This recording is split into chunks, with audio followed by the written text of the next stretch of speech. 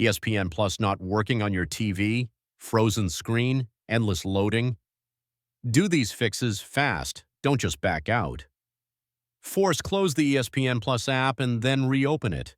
Fixes most crashes instantly. Turn TV off, unplug for 15 seconds, plug in.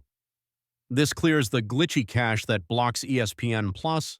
Go to your TV's App Store and click Update. The older versions get more freezing, login error, and black screens. Next, check your internet speed. Just grab your phone and go to fast.com. It's the quickest way to see if your connection is slowing ESPN Plus down. You need at least 5 Mbps for HD and 25 Mbps for near 4K. If your speed is lower than that, the app will freeze or refuse to load, so restart your router and try again.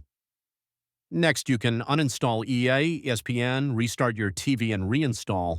This wipes corrupt files and gives you a clean start. Search ESPN Plus server status. If it's down, it's not your TV. Did this fix your ESPN Plus app? Hit like so others can find the fix, and subscribe for more fast tech help.